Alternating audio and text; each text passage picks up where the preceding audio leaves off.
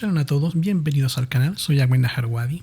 Vamos a continuar con la serie de estudios sobre la vida después de la muerte, la inmortalidad del alma, y hoy vamos a estar analizando la parte 2 del infierno. ¿Y por qué vamos a hablar acerca del infierno? Porque la vida tradicional, salvo algunas excepciones, la doctrina del infierno ha dominado el pensamiento cristiano del tiempo del teólogo San Agustín, como le han llamado. En pocas palabras, esta creencia popular afirma que tan pronto como una persona muere, las almas incorpóreas de los pecadores impenitentes descienden al infierno, donde sufren el castigo de algún fuego eterno, que es real. En la resurrección, el cuerpo se reúne con el alma, de modo que se intensifica su sufrimiento en el infierno para los perdidos y el placer del cielo para los salvados.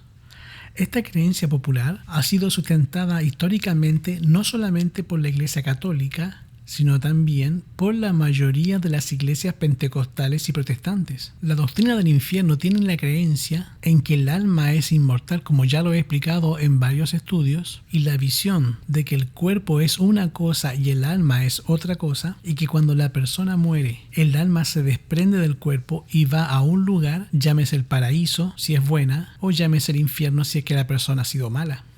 En los temas anteriores pudimos observar que la creencia en la inmortalidad del alma viene de Egipto. Recuerde que ya lo estuvimos estudiando y ha sido llamado la madre de las supersticiones. Lo mismo también para la creencia en el infierno, como un lugar de castigo eterno. Los filósofos griegos y romanos aprendieron esa doctrina yendo a Egipto a la Gran Logia Blanca y atribuyen exactamente a Egipto la inversión de la dicha y del mundo invisible. Los egipcios, los griegos y los romanos compartían esta visión de que el infierno se encuentra ubicado en lo profundo de la tierra y se le conocía con varios nombres. Uno de ellos es Orco, el otro Erebo y Tártaro, y también Inferno, del que proviene nuestra expresión regiones infernales. La puerta del infierno, según se creía, era vigilada por un perro llamado el Cancerbero, que era un perro con 3 cabezas y que evitaba que cualquier alma se arrancara de las regiones infernales. Ahora, para asegurarse de que no habría escape alguno de la horrorosa prisión, el infierno estaba rodeado de una muralla de fuego llamado Flegetón o Flegeton. Virgilio, uno de los célebres poetas romanos, describe en su libro La Eneida la agonía del infierno, y esas imágenes del poeta Virgilio sobre el infierno fueron pulidas e inmortalizadas por el famoso poeta italiano del siglo XIV llamado Dante Alighieri. En su libro llamado La Divina Comedia, Dante describe el infierno como un lugar de terror absoluto, donde los condenados se retuercen y gritan mientras los santos disfrutan en la gloria del paraíso.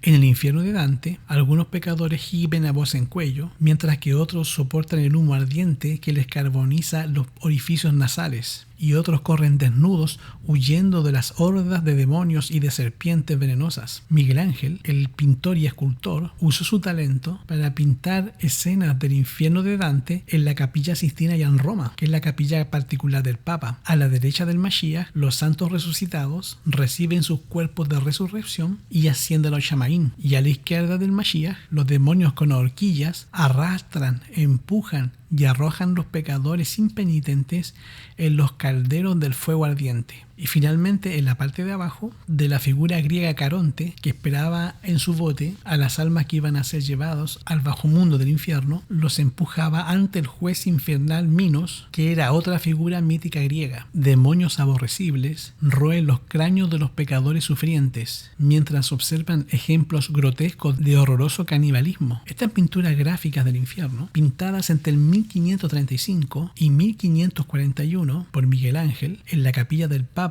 allá en la Basílica de San Pedro, reflejan la creencia popular preponderante de los horrores del fuego del infierno. Ahora, ¿cuándo comenzó o cuándo entró esta doctrina en la iglesia cristiana del castigo eterno de los perdidos que están en el infierno? Un estudio de los primeros escritos de los padres de la iglesia sugieren que esta creencia fue adoptada poco a poco, comenzando a fines de la última parte del siglo II. Aproximadamente en el mismo tiempo que la creencia de la inmortalidad del alma, y se encuentran referencias rápidas del castigo de los impíos en el fuego eterno. En los escritos de Justino Márquez, de Ireneo, de Tertuliano, de Cipriano de Cartago, de Lactancio, de Jerónimo, de Crisóstomo y del teólogo San Agustín, que son por nombrar algunos, pero el escritor que ejerció mayor influencia para definir y atentar en la doctrina católica del infierno es un teólogo bien conocido llamado San Agustín, quien vivió vivió del 354 al 430. San Agustín, como se le conoce comúnmente, era obispo de Hipona, considerado uno de los teólogos católicos más influyentes, quien definió la doctrina del infierno de una manera tan clara y bien estructurada que se ha convertido hasta el día de hoy en las enseñanzas oficiales de la Iglesia Católica, Apostólica y Romana y de muchas iglesias evangélicas y pentecostales. Gran parte de lo que él escribió, ese llamado San Agustín, acerca del infierno, ya era creído por los cristianos de su época, pero él sistematizó y defendió las creencias predominantes de una forma sin precedente. Es decir, la visión agustiniana del infierno consiste en 5 componentes. Primero, para él el infierno es un destino eterno real que le espera a la mayor parte de la raza humana, porque según declaró, no todos, según la gran mayoría, son salvos. La condenación eterna de los impíos es un asunto de incertidumbre. Segundo, dice Agustín que el infierno es severo, porque los tormentos de los perdidos serán perpetuos e ilimitados, tormentos los cuales nosotros no conocemos, constantes, a través de tantas edades como la imaginación humana puede concebir. Ahora, ¿de dónde yo saqué este material? Que dijo San Agustín así.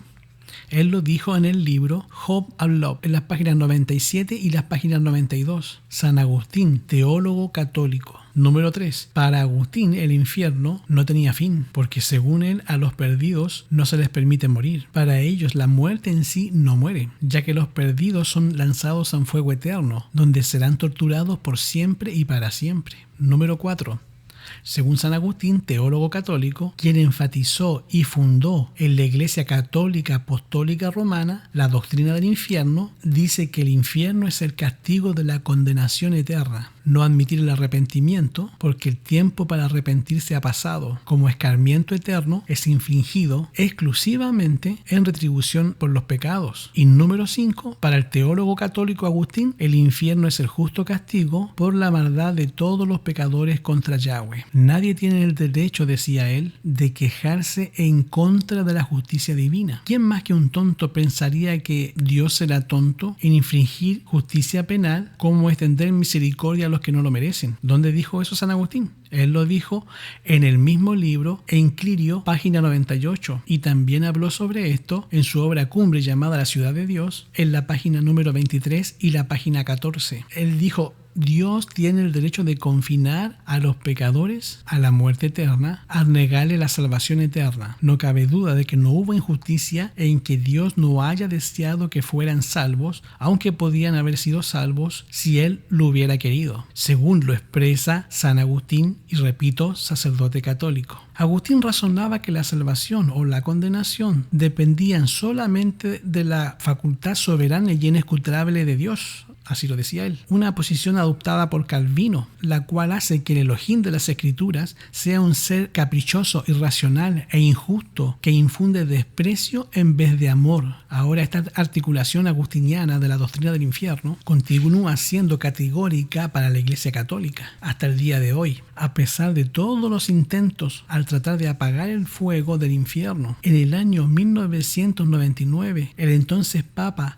Juan Pablo II lanzó un balde figurativo de agua fría sobre la imagen popular del infierno como un lugar de llamas interminables, cuando negó que el infierno sea un lugar de tormento ardiente. Juan Pablo II lo describió al infierno como el dolor, la frustración de la vida sin el Elohim viviente. Además afirmó que el lago de fuego y azufre al que se refiere el libro de Apocalipsis era algo simbólico. ¿Cuándo dijo esto el Papa Juan Pablo II? Lo dijo en la obra de Mary Mathew llamado Hell, o sea, el infierno. Estas declaraciones provocaron una tormenta incendiaria, pero muy intensa, especialmente entre todos los cristianos fundamentalistas que creen fielmente que el infierno es un lugar de ardiente tormento eterno. Y el intento del Papa Juan Pablo II decía que el fuego del infierno no se apaga y que no ha cambiado. La doctrina católica tradicional del infierno, que se expresa claramente en el Nuevo Catecismo de la Iglesia Católica, dice que la enseñanza de la Iglesia afirma la existencia del infierno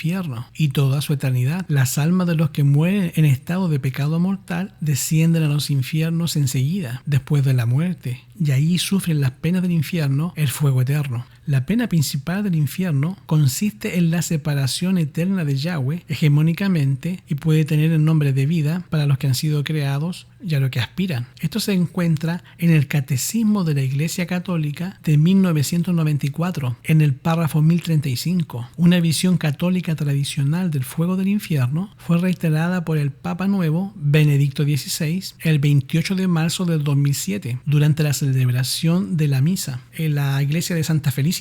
Él dijo lo siguiente: el infierno es un lugar para los pecadores donde ellos arden en un fuego eterno y no es solamente un símbolo religioso designado para electrificar a los infieles. El infierno realmente existe y es eterno, por más que ya nadie hable mucho de él, dijo el Papa Benedicto XVI en la obra de Richard Owen. El Papa dice que los daños son reales y eternos, esto es el 28 de marzo de 2007, puesto que habían experimentado lo que es darle rienda suelta a la imaginación. En relación con el purgatorio y el infierno, los reformadores Lutero y Calvino no solo rechazaron las creencias populares sobre el purgatorio, sino que también rehusaron a especular sobre el tormento literal del infierno. Por ejemplo, Lutero podía hablar de los impíos, que se quemaban en el infierno y que anhelaban una gotita de agua, pero nunca insistió en una interpretación literal del infierno. Lutero creía fielmente que no es muy importante si nos imaginamos o no al infierno, como te lo presenta o te lo describe comúnmente.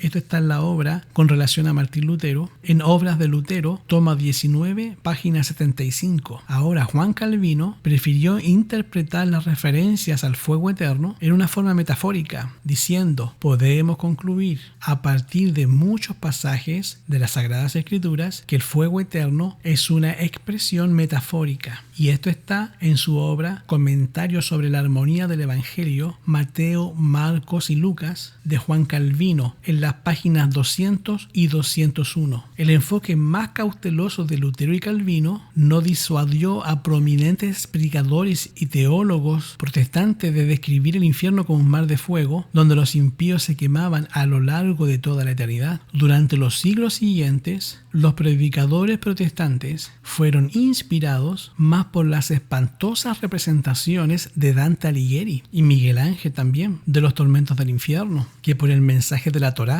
Les daban miedo, atemorizaban a la congregación con sermones que eran verdaderos eventos pirotécnicos. Y no satisfechos con la imagen neotestamentaria del fuego y el humo, algunos predicadores, con mentes mucho más creativas, describían al infierno como una extraña cámara de horror donde el castigo se basaba en el principio de medir con la misma vara, y cualquiera que sea el miembro del cuerpo que pecó, ese miembro será castigado en el infierno más que cualquier otro miembro, según los que enseñan tales doctrinas. En la literatura cristiana, escribe William Crockett, encontramos blasfemos que cuelgan de la lengua, mujeres adúlteras que se trenzaron el pelo para atraer a los hombres a prender del cuello o del pelo sobre todo, y puestas en el horno invierno. Los calumniadores se muerden la lengua cuando los hierros calientes le queman los ojos. Otros malhechores sufren de forma igualmente vívida. Los asesinos son lanzados a fosos llenos de serpientes venenosas. Las mujeres que habían abortado se sientan hundidas hasta el cuello en las excreciones de los condenados. Los que conversaban ociosamente en la iglesia están parados en una pileta hirviendo de sulfuro y brea. Los idólatras son subidos por los demonios a los acantilados, de donde los lanzan y se desploman sobre las rocas de abajo, solo para ser subidos otra vez y así sucesivamente. Los que le dieron la espalda a Yahweh son dados vueltas y horneados lentamente en los fuegos como si fueran un puerco. Hermanos y hermanas, esto es lo que se ha estado enseñando de lo que es el infierno. Esta aberración teológica escrita por William Crockett en su libro Visión Metafórica del Infierno, en 4 puntos de vista del infierno, página 46-47. Otro teólogo del siglo XVIII, llamado Jonathan Edwards, famoso por su sermón, dijo: pecadores en las manos de un Dios airado. Describió el infierno como una caldera de fuego líquido que arde furiosamente y que llena el cuerpo y el alma de los malvados. El cuerpo estará lleno de tormento, tanto como para contener, y cada parte de él estará lleno de su tormento, y experimentarán un dolor extremo en cada articulación, en cada nervio, y estarán llenos de un tormento inexplicable. Serán atormentados hasta la punta de los dedos, el corazón, las entrañas y la cabeza, los ojos y la lengua, los pies, las manos, estarán llenos de la ferocidad de la ira de Dios. Y esto se enseña en muchos pasajes. Y esto está en la obra de Jonathan Edwards, en la página 56, sobre el infierno. Los periódicos informaban que la gente se marchaba de sus sermones y se suicidaban por el temor que él les infundía. Ahora, una descripción similar del destino de los malvados fue dada por el famoso predicador británico del siglo XIX, bien conocido como Charles Spurgeon, un señor bien renombrado como predicador. ¿Saben qué enseñaba John Spurgeon? Él decía lo siguiente, y cito: en el fuego, exactamente como el que tenemos en la tierra, yacerá su cuerpo, como asbesto, sin consumirse para siempre. Todas sus venas serán caminos para que los pies del dolor transiten sobre ellos. Cada nervio será una cuerda en la que el diablo tocará por siempre su tonalidad diabólica del lamento indescriptible del infierno. ¿Quién dijo esto? Hermanos, el renombrado evangelista protestante Charles Spurgeon o Carlos Spurgeon. ¿Dónde se encuentra esto? En la obra citado por Fred Karl Kirchner, Cielo o Infierno, Fundamento de la Fe, en la página 239. Hermanos, ¿podemos creer que Yahweh, que es amor, se va a deleitar en destruir a los perdidos en condiciones abyectas y humillantes como las que acabo de esgrimir, tanto de católicos como de evangélicos y protestantes y católicos? Esta es una doctrina maldita porque no está en las Escrituras y viene precisamente de Egipto, un país que en su época era de una cultura completamente pagana y contraria a la palabra de Yahweh. Y si tú lo dudas, lee el libro de Éxodo, cómo intentó destruir a Moisés y al pueblo de Yahweh, el faraón. En años recientes, la doctrina tradicional y popular del fuego del infierno ha sido objeto de escrutinio por parte de respetados eruditos evangélicos como Michael Green, Phyllis Hugh, Del Moody, Charles Pinnock, Graham Scoggin, John Stott, John Wiener y Oscar Cullmann. Estos hombres y otros han abrazado el alquinamiento como una visión de que los impíos serán resucitados para recibir el castigo que resultará en la destrucción definitiva. Los defensores de la visión tradicional de que la gente mala va al infierno a arder eternamente no es bíblica. Es una doctrina de susto, de miedo, para sacarle dinero, entre otras cosas, a los incautos. El testimonio del Antiguo Testamento para el castigo eterno en gran medida se basa en el uso de la palabra Sheol y dos pasajes principalmente que son Isaías 66, 22 al 24 y Daniel 12, 1 y 2. En relación con la palabra Sheol, que significa sepulcro en hebreo, según John Woodward, dice que el Sheol era un lugar de castigo y retribución. Pero en cuanto al Sheol, en el estudio pasado del infierno, mostramos que ningún texto bíblico respalda la visión de que la palabra Sheol, o sea sepulcro, sea el lugar de castigo para los impíos. La palabra denota el reino de los muertos donde hay inconsciencia, inactividad y sueño. De manera similar, la oda provocadora contra el rey de Babilonia es una parábola en la que los personajes que son los árboles personificados y los monarcas caídos son ficticios porque estos hablan, no sirven para elevar el castigo de los malvados en el Sheol, o sea sepulcro. Interpretar esta parábola como una descripción final implica torcer las Escrituras, porque la Biblia no enseña en ninguno de los pasajes de que hay un infierno donde la gente arde eternamente por los siglos de los siglos. ¿Y cómo es posible que en nuestro código o el código napoleónico en América Latina, cuando se sentencia a una persona que es culpable, se le echan 40, 50 años por las culpas que hizo a la sociedad? ¿Cómo es posible que nosotros seamos más buenos que Yahweh, que por el simple hecho de una persona que pecó y no se arrepintió, mandamos a quemarla por millones y millones de años y torturarlo por los siglos de los siglos? Esto no es la doctrina de Yahweh, porque Yahweh es amor y lo que Yahweh hará con el impío es que va a ser destruido, pero no va a ser mandado a sufrir por fuegos eternos en un lugar donde le van a sacar los ojos. le van a sacar los sesos, le van a echar serpientes venenosas. Todo esto es mentira, porque la Biblia no enseña de que Yahweh es así. En el libro de Isaías 66:24, la descripción del destino de los malvados en ese pasaje es considerada por algunos que apoyan el infierno como el testimonio más claro del castigo eterno. El escenario del texto en contraste con el juicio de Yahweh con los malvados y las bendiciones sobre los rectos, estos últimos disfrutarán prosperidad y paz y adorarán a Yahweh regularmente en un día de reposo en día de reposo. Pero los malvados van a ser castigados con fuego y juntos van a perecer. Ese es el escenario de Isaías 66 cuando dice: y saldrán y verán los cadáveres de los hombres que se rebelaron contra mí, porque su gusano nunca muere, ni su fuego nunca se apaga, y serán abominables a todo hombre. La descripción que el libro de Isaías hace del destino de los malvados se refiere a la matanza de los 185,000 hombres del ejército asirio por parte del ángel de Yahweh durante el reinado del rey Ezequías. Cuando se levantaron por la mañana, he aquí que todo era muerte.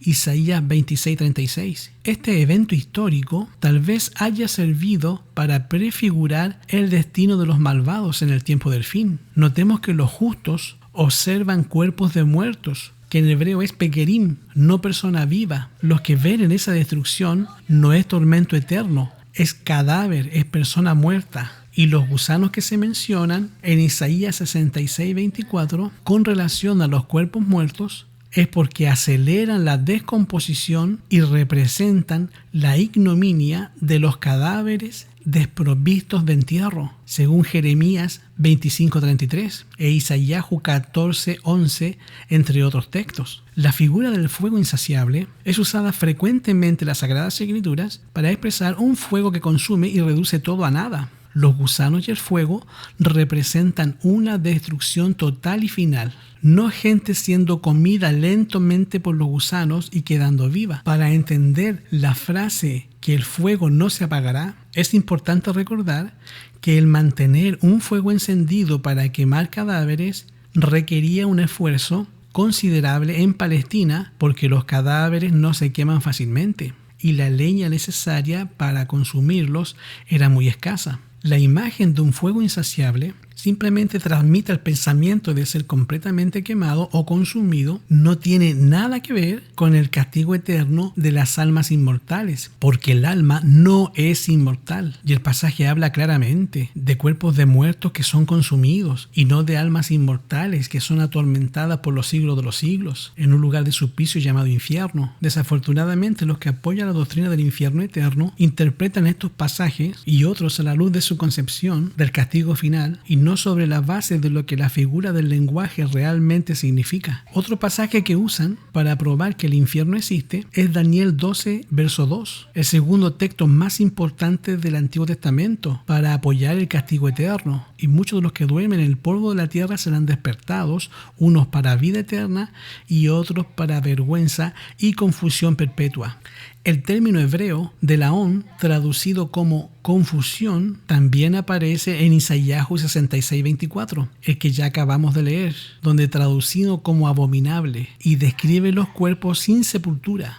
Esto significa que la confusión es causada por el disgusto que causa la descomposición de los cuerpos de los malos y no por el sufrimiento interminable de los malvados. Como dice Emmanuel Pesabel, el sentimiento de los sobrevivientes es el disgusto, no la piedad. Ahora, para resumir, el supuesto testimonio del Antiguo Testamento para el castigo eterno de los malvados es insignificante, por no decir inexistente. Ahora, por el contrario, la evidencia de la destrucción absoluta de los malvados en el escatológico día de Yahweh es rotundamente claro. Los malvados perecerán como el tamo. ¿Y cómo es el tamo? Paja, y la paja se quema enseguida. Según el Salmo 1, 4 y 6, se harán añicos como la alfarería de Salmo 2, 9 y 12. Morirán con el aliento de la boca de Yahweh, según Isaías 11, 4. Serán quemados en el fuego como espinos cortados, según Isaías 33, 12. Y como mosquitos morirán, según Isaías 51, verso 6. La descripción más clara de la destrucción total de los malvados se encuentra en la última página del Antiguo Testamento, que dice en Malaquías capítulo 4, verso 1, porque he aquí viene el día ardiente como un horno,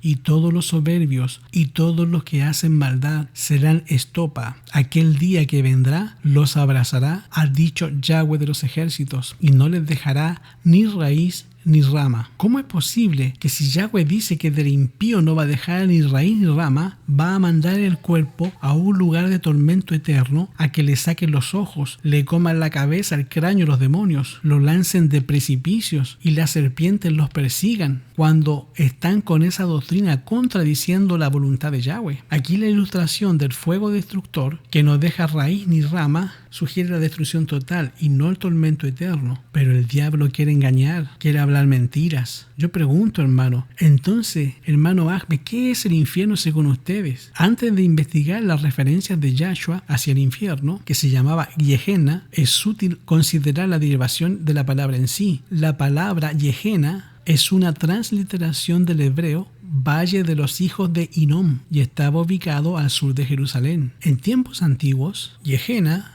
o el Valle de los hijos de Hinnom, su relación con la práctica de sacrificar niños al dios Molec, según Segunda de Reyes 16:3, se ganó el nombre de Tofet, un lugar para ser escupido y aborrecido. Este valle Gehenna aparentemente se convirtió en una pila gigantesca para quemar a los 185,000 cadáveres de los soldados asirios a los que Yahweh mató en los tiempos del rey Ezequías, según Isaías 20:31 en adelante. Jeremías predijo que el lugar sería llamado Valle de la Matanza, porque estaría lleno de cadáveres de los israelitas cuando Yahweh los juzgara por sus pecados. Cuando dijo, he aquí viene el día, ha dicho Yahweh, en que no se diga más Tofet ni Valle del hijo de Hinnom, sino que Valle de la Matanza, y serán enterrados en Tofet por no haber lugar, que es en la Gehenna, y serán los cuerpos muertos de este pueblo para comida de las aves del cielo y de las bestias de la tierra, y no hay quien los espante.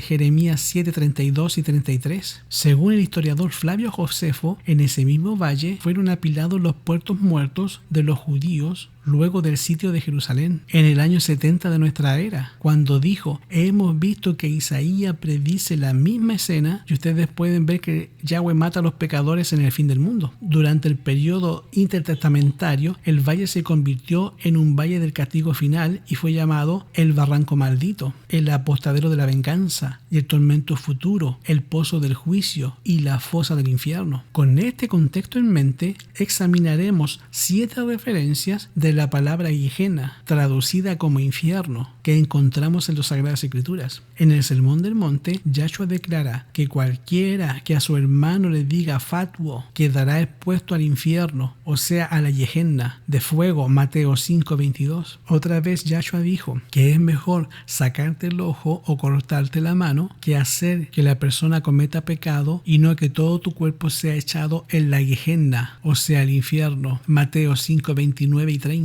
El mismo pensamiento se expresa más adelante cuando dijo Yahshua, es mejor cortar un pie o una mano o sacar un ojo que hacer que una persona peque y no ser echada en el infierno, o sea, Gehenna de fuego, Mateo 18:8 y 9. Aquí el fuego del infierno está descrito como eterno en la versión Reina Valera 1960. El mismo dicho se encuentra en Marcos, donde 3 veces Yahshua dijo que es mejor cortar el órgano ofensor antes de ir a la Gehenna. Ahora, por otro lado, Yahshua reprende a los fariseos por recorrer tierra y mar para ganar un converso y luego hacerlo 2 veces más hijos del infierno, o sea, Gehenna, que vosotros, Mateo 23:15. Y por último, les advierte que ellos no escaparán de la condenación de la Gehenna, o sea, el infierno, en Mateo 23:33. Ahora, al repasar estas alusiones de Yahshua hacia el infierno, o sea, Gehenna, primero deberíamos notar que ninguna de ellas está indicando que el infierno, o sea, la Gehenna, es un lugar de tormento sin fin. Lo que es eterno no es el castigo, sino el fuego. Notamos anteriormente que en el Antiguo Testamento ese fuego es eterno o insaciable en el sentido de que consume totalmente los cuerpos de los muertos que son combustible. Esta conclusión es sustentada por la advertencia de Yahshua de que no debiéramos de temer a los seres humanos que pueden hacerle daño al cuerpo, sino al que puede destruir el alma y el cuerpo en el infierno, o sea, Gehenna, Mateo 10:28. La implicación es clara. El infierno es el lugar de castigo final que resulta en una total destrucción de todo el ser humano, el alma y el cuerpo, y no el suplicio millonario de años y años de tormento, de ángeles caídos sacándole la lengua, rebanándole el cráneo. Para sufrir todo esto es una fantasía, una mentira del diablo que la Biblia no aprueba, porque de ser así, Yahweh no es amor. Los que apoyan la doctrina del infierno eterno, encontramos que en Mateo 18:8 Yahshua repite lo que había dicho antes acerca de perder un miembro del cuerpo antes de escapar del fuego eterno y de la Gehenna. Una referencia aún más clara al fuego eterno se halla en la parábola de la oveja y los cabritos, en la que Yahshua habla de la separación que tienen el lugar a su segunda venida entre los que se salvan y los que se pierden. Les dará la bienvenida a los fieles a su reino y rechazará a los malvados diciendo: apartaos de mí, malditos, al fuego eterno preparado para el diablo y sus ángeles, e irán estos al castigo eterno y los justos a la vida eterna. Mateo 25, 41 y 46. ¿Qué es eterna? ¿La persona que se quema o el fuego que la quema? El fuego eterno en las consecuencias. ¿Por qué se llama eterno? Porque destruye al que quemó. Los que apoyan de que la gente va a un lugar a sufrir tormentos eternos es una doctrina demoníaca impuesta por la Iglesia Católica, Apostólica y Romana. Y todos los que creen en la doctrina del infierno, como es una doctrina católica, son católicos, apostólicos y romanos. Ahora, Mateo 25, 41 y 46. Hay 4 consideraciones a tomar en cuenta. Primero, el interés de Yahshua en esa parábola no es definir la naturaleza de la vida eterna, ni de la muerte eterna, sino simplemente afirmar que hay 2 destinos. La naturaleza de cada uno de los destinos no se analiza en esos pasajes. Segundo, el fuego en sí es denominado eterno, pero sería muy extraño si lo que es arrojado al fuego se muestra indestructible y se está quemando por los siglos de los siglos, cuando usted sabe que el cuerpo es combustión, y tan pronto como termina la combustión en él, como decir la grasa entre otras cosas, se apaga y cesa de destruir. Nuestra expectativa sería opuesto: consumido para siempre, no atormentado para siempre. Por lo tanto, es el humo la evidencia que ha hecho su trabajo, el que sume por los siglos de los siglos, y no la persona hecha un alma, según Apocalipsis 14:11. La palabra eterno a menudo se está refiriendo a la permanencia del resultado y no de la continuación de un proceso. Y te voy a dar un ejemplo. El libro de Judas 7 dice que Sodoma y Gomorra fueron puestas para arder y sufrir el fuego eterno. Y pregunto, vamos hoy día a Sodoma y Gomorra, que están próximos al mar muerto, y no vamos a encontrar ni a Sodoma ni a Gomorra quemándose. Es evidente, hermano, que el fuego que destruyó a esas 2 ciudades es eterno en su consecuencia, sino debido a la destrucción permanente que dejaron de existir. De igual modo, el fuego es eterno, no porque va a durar para siempre, sino como en el caso de Sodoma y Gomorra, ocasiona la total destrucción y permanente de los malvados. En Sodoma y Gomorra, una condición que dura para siempre, y no que ellos están ardiendo eternamente. Y para un dato curioso, Sodoma y Gomorra están sumergidas en las aguas del mar muerto y no se ve ahí corriendo fuego. Y número 4, Yahshua estaba ofreciendo en Mateo 25:41 una elección entre la destrucción y la vida, cuando dijo: entrad por la puerta estrecha, porque ancha es la puerta y espacioso es el camino que lleva a la perdición, y muchos son los que entran por ella. Porque estrecha es la puerta y angosto es el camino que lleva a la vida, y pocos son los que la hallan. Mateo 7, 13 y 14. Aquí Yahshua contrasta la vida cómoda y pecaminosa, que llega a la destrucción del infierno, en el camino angosto, la prueba y la persecución, que llevan a la vida eterna en el reino de los cielos. El contraste entre la destrucción y la vida sugieren que el fuego eterno causa la destrucción eterna de los perdidos y no su tormento eterno. La solemne declaración de Yahshua de Mateo 25:46, cuando dijo: e irán estos al castigo eterno y los justos a la vida eterna, generalmente es considerada como la prueba más clara del sufrimiento consciente que los perdidos van a soportar por toda la eternidad. Pregunto, hermano, ¿esta es la única interpretación legítima del texto? No, esto es interpretar en el texto algo que no está. Lo que Yahshua dijo es que tanto la vida como el castigo serían eternos. Pero en ese pasaje no definió la naturaleza de ninguno, porque en otro lado haya hablado acerca de la vida eterna como un placer consciente de Yahweh. En Juan 17:3 no se deduce que el castigo eterno debe ser una experiencia consciente de dolor en las manos de Yahweh. Al contrario, aunque declara que ambos son eternos, Yahshua está contrastando los dos destinos. Cuanto más distintos sean, mucho mejor. Los que enseñan el infierno eterno, quiero decirles, si saben griego, cuando el adjetivo aiolios, que significa en griego eterno, se usa en griego con sustantivo de acción, hacen referencias al resultado de la acción y no al proceso. Por lo tanto, la frase castigo eterno es comparable con redención eterna y salvación eterna. Ambas fases de la Escritura. Nadie supone que estamos siendo redimidos o salvados constantemente. Fuimos redimidos y fuimos salvados de una vez por todas por el Mashiach, con resultados eternos. Del mismo modo, los perdidos no estarán pasando por un proceso de castigo para siempre, sino que serán castigados de una vez por todas y para siempre con resultados eternos. Ahora, por otro lado, el sustantivo vida no es un sustantivo de acción, sino un sustantivo que expresa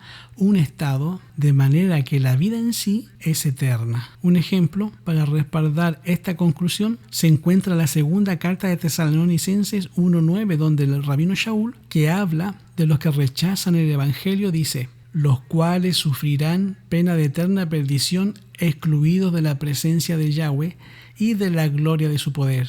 La destrucción de los malvados no puede ser eterna en su duración, porque es difícil imaginarse un proceso de destrucción eterno e inacabado. La destrucción presupone la aniquilación y la destrucción de los malvados es eterna. En griego aionios, no porque el proceso de la destrucción continúe para siempre, sino porque el resultado son permanentes.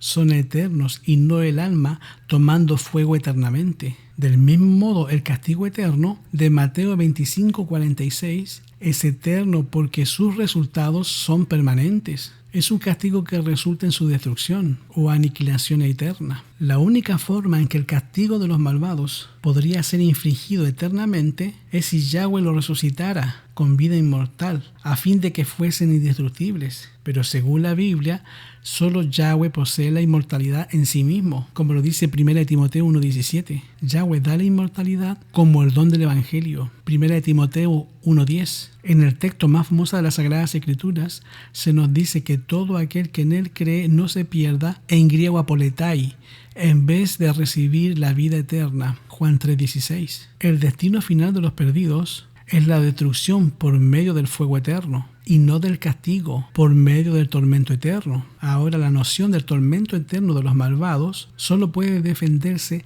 aceptando la visión griega de la inmortalidad y de la indestructibilidad del alma, que es extraño a las Escrituras, porque lo enseñó el diablo en el Edén. Lo metió en Egipto, Egipto lo transmitió a Grecia, Grecia lo metió en Roma y Roma lo metió en la Iglesia Católica y la Iglesia Católica lo puso en las iglesias pentecostales y evangélicas. El tema del juicio final es central del libro de Apocalipsis porque representa la forma en la cual Yahweh va a destruir el mal para sí. Ahora, no es de extrañarse que los creyentes en el fuego eterno del infierno encuentren sustento para su visión en las dramáticas ilustraciones del juicio final del libro de Apocalipsis. Las visiones citadas para respaldar la visión del castigo eterno en el infierno son: primero, la visión de la ira de Yahweh en Apocalipsis 14. 2.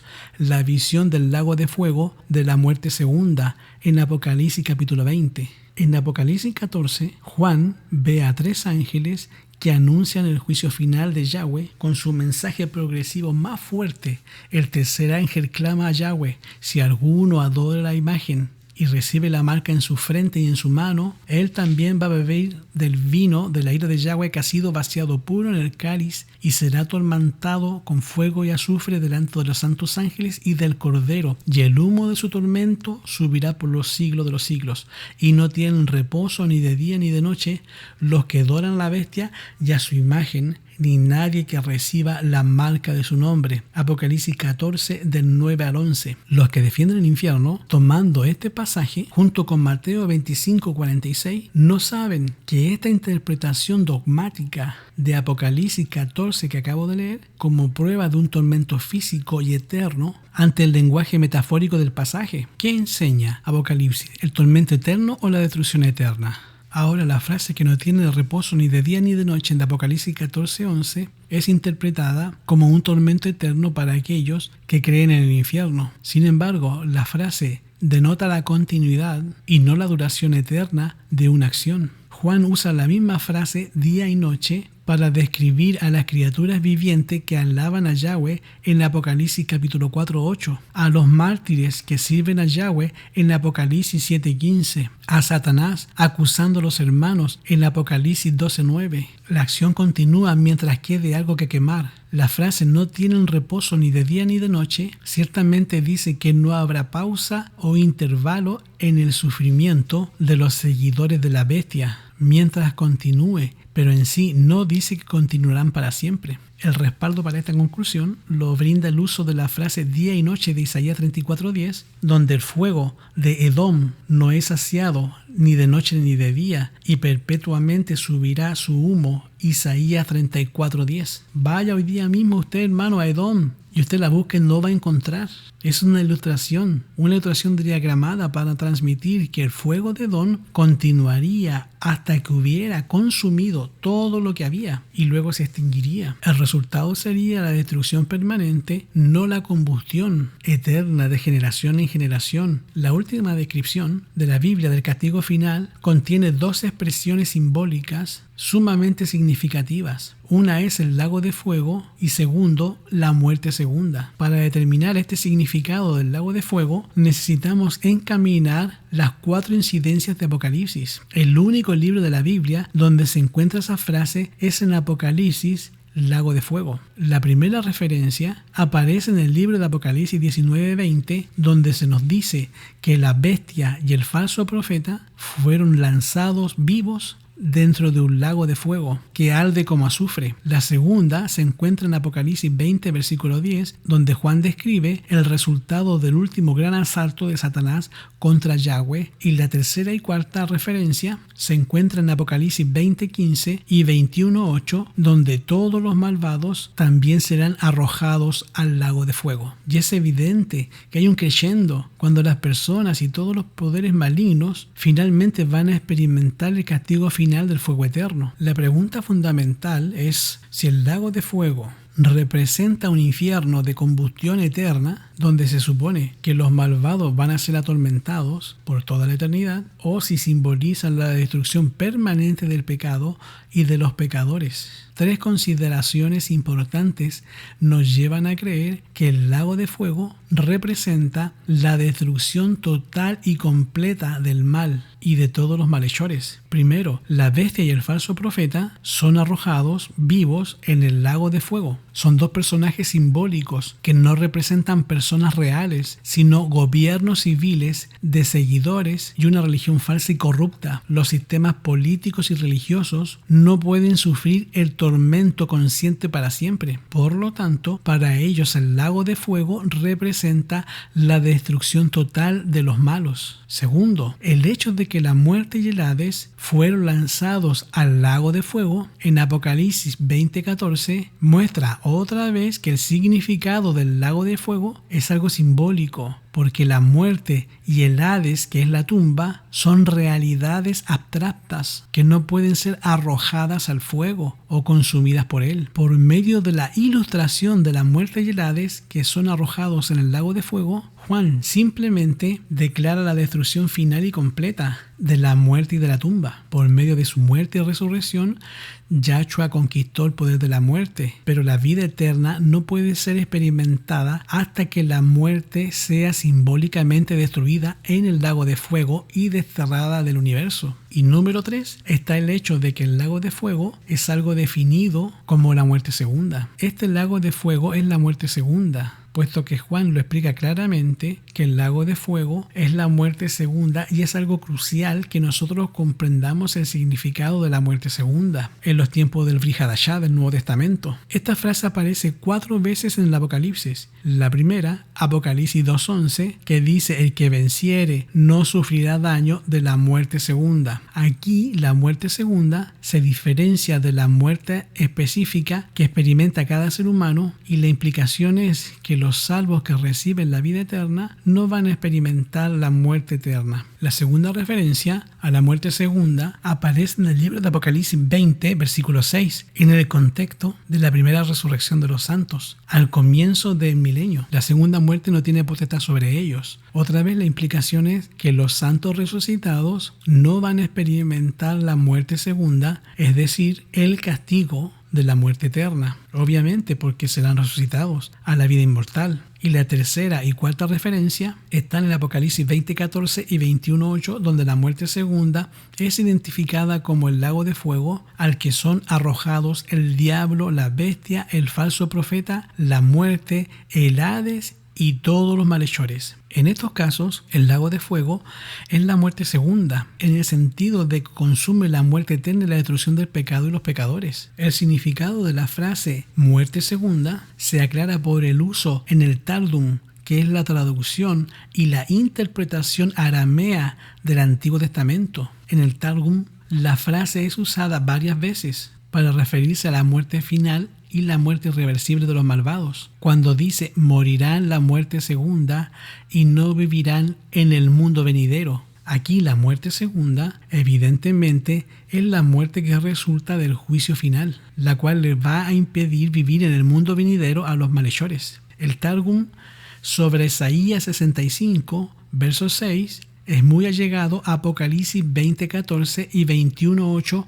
cuando dice: su castigo será en la Gehenna, donde el fuego quema todo el día. He aquí está escrito delante de mí: no les daré descanso sobre su vida, sino que les presentaré el castigo de sus transgresiones y entregaré sus cuerpos a la muerte segunda. Ahora, a la luz del uso de la literatura judía que acabo de citar, la frase muerte segunda es usada por Juan para definir la naturaleza del castigo en el lago de fuego, que es a saber, un castigo que al final va a resultar en la muerte eterna e irreversible. Interpretar la frase como tormento consciente y eterno en el fuego del infierno significa negar el uso habitual y el significado de muerte como el hacedor de la vida, y pone a Yahweh como un tirano, como un Elohim de mentira, como un Elohim abusador. Esto es lo que enseña la doctrina del infierno. Y para terminar, surgen 3 observaciones importantes. A partir de la revisión anterior, de la visión tradicional de que el infierno es un lugar de tormento literal y eterno de los malvados, primero la visión tradicional del infierno depende de gran medida de lo que es el alma y de lo que es el cuerpo.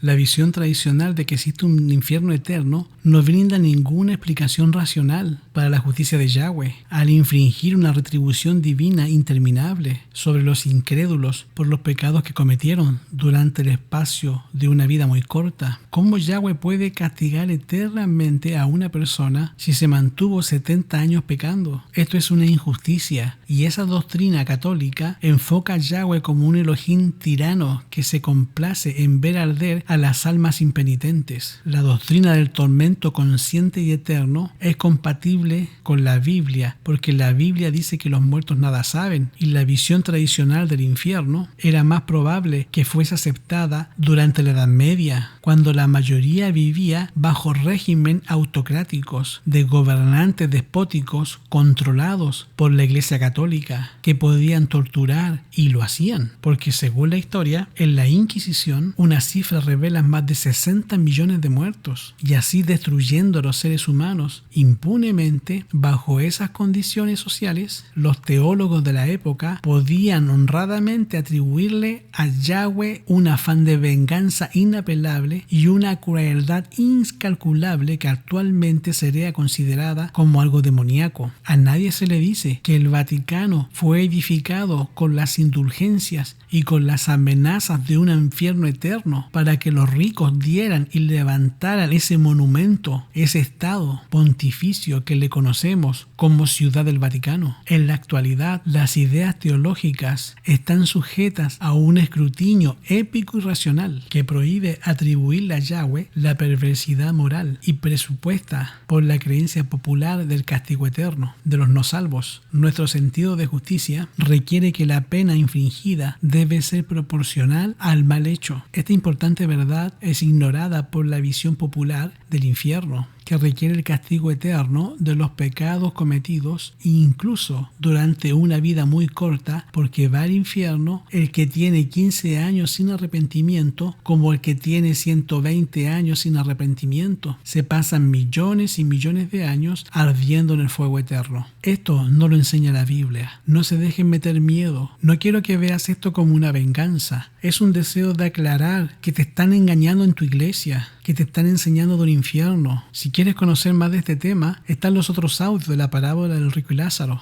en el cual ya lo fuimos desmontando punto por punto y la gente ya se pudo dar cuenta que el infierno no existe, que la gente ya sabe que cuando muere va al sepulcro. ¿Y qué es lo que sube a Yahweh? Sube un soplo de vida, no una silueta en forma humana. Y ahí cuando Yahshua venga en gloria, va a levantar del polvo de la tierra a todos los que creyeron en su venida. Que Yahweh les bendiga y les dé shalom.